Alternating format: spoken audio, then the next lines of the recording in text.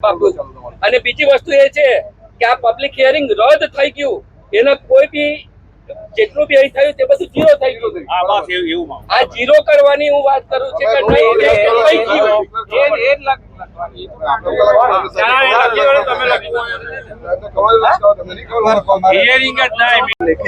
સરકારીમાં ભાઈ લખાણું ને વંચાણું એટલે લખીને જ આપણે આગળ વધવું પડે. એટલે અમે લખીને આપીએ, પછી તમે અહીંયા ડિક્લેર કરી દેશો કે અમે રદ કરીએ છીએ. ડિક્લેર કરવા માટે હું મોકલી દઉં છું. તમારે એવું અહીંયા હમણાં તરત ડિસિઝન આવશે, મોકલશો? અત્યારે મારે ડિસિઝન નથી. તમારે અહીંથી સીઆમાં મોકલવું છે. આ બધા લોકોને તમે તમે આ શું કરી રહ્યા છો? તમે એવું કહો એના કરતા ક્લિયર કે હું પ્રોસિડિંગ કરું છું એવું કહો.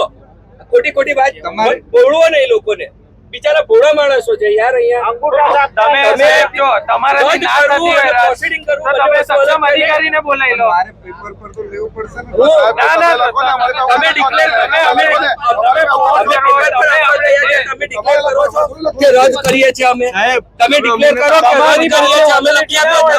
કલેક્ટર સાહેબને બોલાવી લેશું ને પાછળથી અમારે વાંધા એ વાંધા એ જ પ્રોસિડિંગ જોવો મારા ભાઈ. મારે હાથમાં રદ કરવાનું મારે રદ કરવાનું છે. તો સાહેબ વાંધા તમે બોલાવી લો. કલેક્ટર સાહેબ ના અધ્યક્ષતામાં કરવી છે. આટલું મોટું ક્લસ્ટર છે, તમે જતા રહો. અમારો વાંધો છે, ચાલો. તમારી કઈ સત્તા નથી તો જતા રહો તમે. અધૂરી બોલાવી લો. કલેક્ટર સાહેબ ને બોલાવી લો. જાઓ, અમે બેઠા. જાઓ તમે પોતા ઘેર બેસી થોડા તમારે કેવું પોતા સાહેબ બે અમે બે કાગળિયું લઈ લો એમની પર.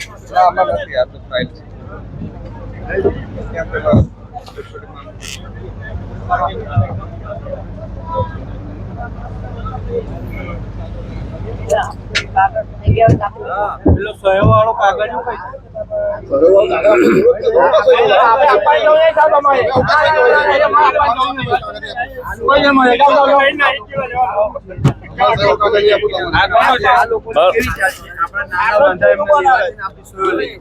પછી કાગળ નહીં આપવાનું.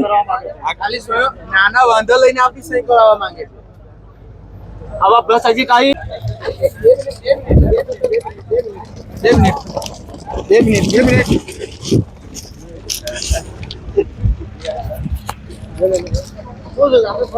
બરાબર